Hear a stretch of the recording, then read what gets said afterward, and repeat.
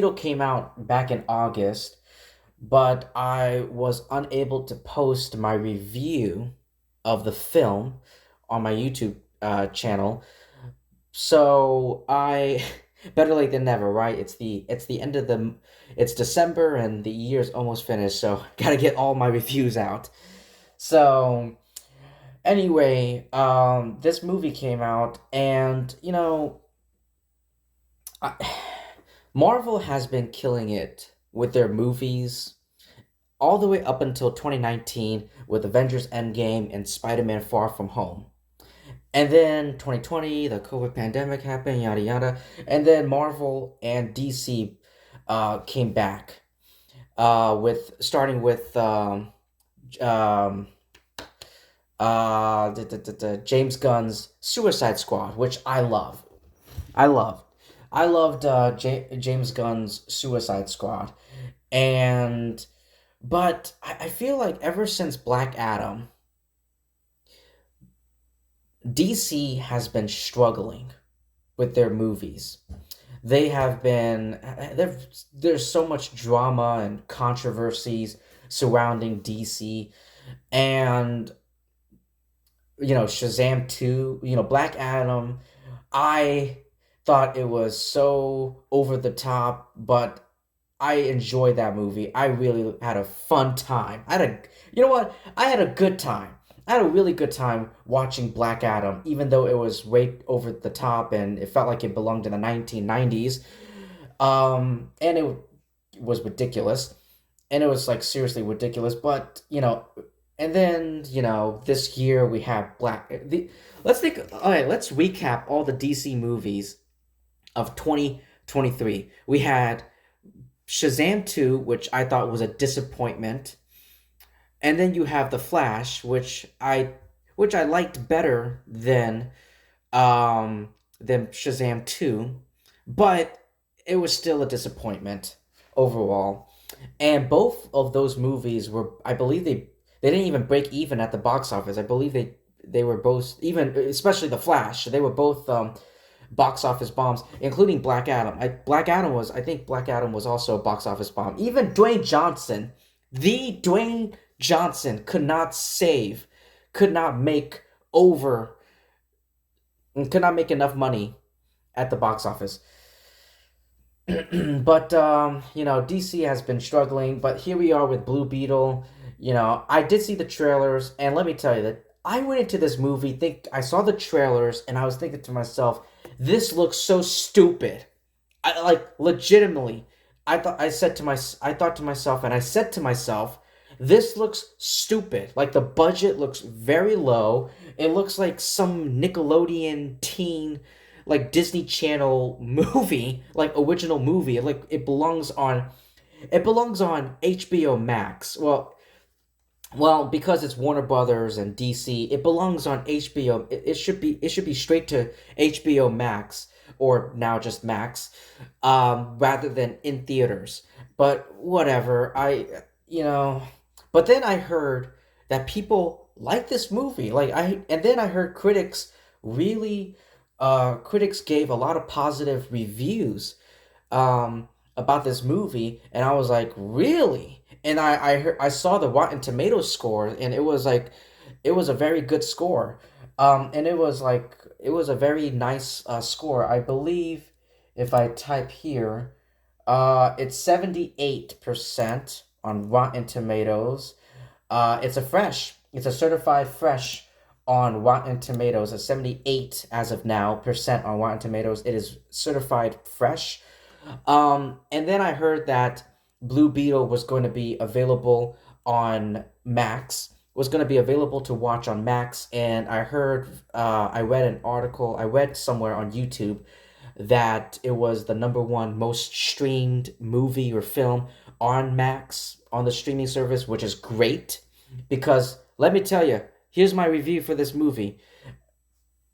I love it. I love this movie. I know, like, I saw the trailer and I thought to myself, this looks stupid. The budget looks very low. It looks cheap. I don't have high hopes. I don't have high hopes. The trailer did not excite me. I did not jump out of my seat in excitement from watching the trailer, and then like a couple days before the embargo and before the critics saw the review and they said that it was great, and I was like, really? And I went and yeah, it was great. I love this movie, guys. Finally, yeah, I know, right? Like, finally, a great, well, not a great, but a really, really good DC movie. Finally, since Robert Pattinson's Batman. Like I said, Black Adam was a mixed disappointment. Black Adam, even though I really enjoyed that movie and I had a blast, I had mixed feelings with that. Overall, I had mixed feelings with that film. And then Shazam 2, which, by the way, I did rewatch Shazam 2. Yeah, I know. I didn't watch Shazam 2 since I saw it since I saw it one time, the first time in theaters. And then I rewatched it, and then I did like it, and then I did understand and I did appreciate it a little bit more, but my feelings still, but my feelings remain still. Um but yeah, like Black Adam was a disappointment. Shazam 2 was a major disappointment. And The Flash was another missed opportunity. It wasn't just a missed opportunity because I really wanted The Flash to be like the Avengers Endgame, the Spider-Man No Way Home for DC. But there was so many controversy with Ezra Miller, and there's so many delays and pushbacks and yada yada yada. So much drama and controversy surrounding that movie caused that movie to become like the biggest box office flop, that The Flash. And it is what it is. That's sad. And because of James Gunn, and also because James Gunn, the hiring of James Gunn and Peter Safran, and turning DC into DC Studios, and them taking over, a lot of things, a lot of stuff going on behind the scenes at DC. But even though I really like this movie, I will say, I mean, the setup is pretty much what you can expect. I mean, this movie is an origin story. Like, this movie I mean, when it comes to the story and the plot, it plays like any other. Blue Beetle plays like any other superhero origin. Like, the setup is pretty much similar, is exactly the same. Everything's normal, and then something happens, and then they become a superhero, and then there's the villain. Oh yeah, and by the way, there's the villain, and then they fight a couple times, and the movie ends. That's it. That's pretty much every superhero movie. Am I right? And that's exactly what this film. That's pretty much how this film goes through. I will say this: the villain. I can't. The villain was pretty much. I don't even remember his name. Carpet. I'm gonna call him Carpet. Carpet. Some indestructible man.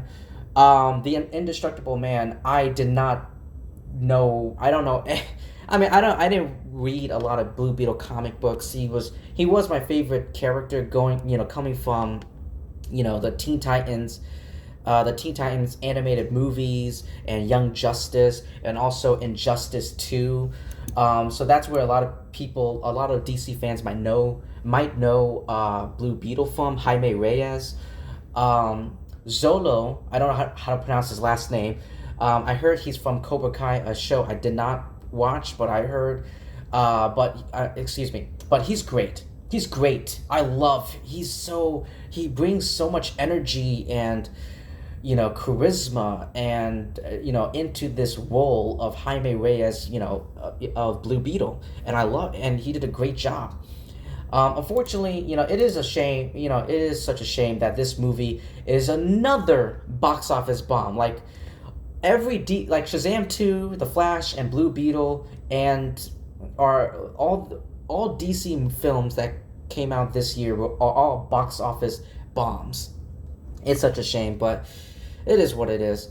But yeah, the villain of this movie, Carpet, pretty much one-dimensional villain. Um, there's only the movie. The movie showed one scene where we get to see his origin with him, and I believe his mother. I only saw the movie once, and that's pretty much it. One scene near the end of the movie.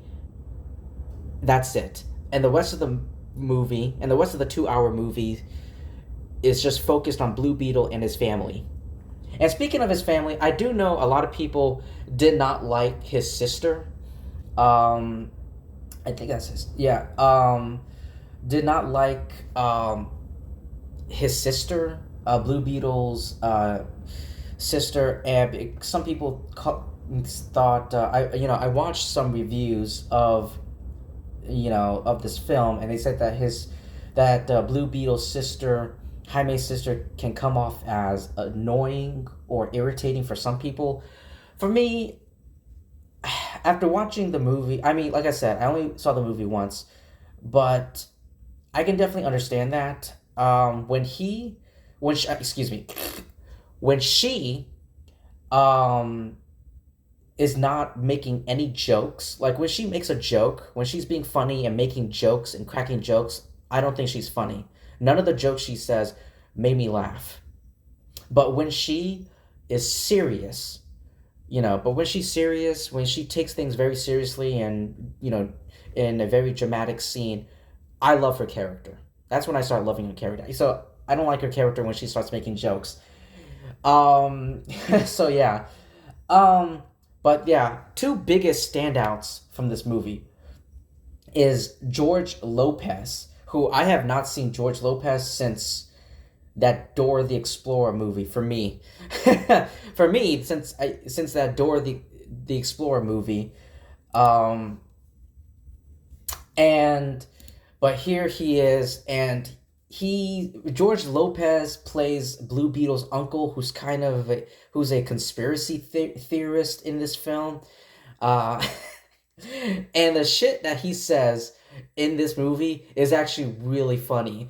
But the MVP, the VIP of this film is Jaime Reyes, Blue Beetle's grandmother, what or Nana, Nana or Nana. She is a fucking badass. I want to know more about her. I want to see more of Blue Beetle's grandmother because she was. There's like so. I don't think. I want to see more of her. She killed it. Oh my god. And yeah, there is a mid credit scene. There's one mid credit scene where it turns out Ted Core's alive. And he's broadcasting from somewhere, someplace, who knows. So James Gunn did say that Blue Beetle, this Jaime Reyes will continue further into James Gunn's DC universe. But whatever, but the events that happen in this film is not canon and will not impact James Gunn's his DC universe going further. So hopefully that makes sense. So yeah, the character will continue, but the film is just the film will not. So anyway, that's all I have to say with Blue Beetle. Like I said, a lot of predictability. The villain wasn't that great, but finally, a really good DC movie. A really good DC movie. I haven't had that since Robert Pattinson's Batman, which came out early last year. I think March 2022. So yeah, it's been a long time. It's been a really long time. So anyway, that's all I have to say for Blue Beetle. Thank you so much, everyone, for taking the time to listening to my review. I appreciate it. And I appreciate it more if you like, comment, subscribe, because when you like, comment, and subscribe, you help my channel by growing and to thrive. And you would be part of my community. You'd be part of my family. And I hope that one day this community will grow and to keep growing and to keep expanding. That's what I hope for. But anyway, that's all I have to say. Thank you so much, everyone, and I'll see you in my next video.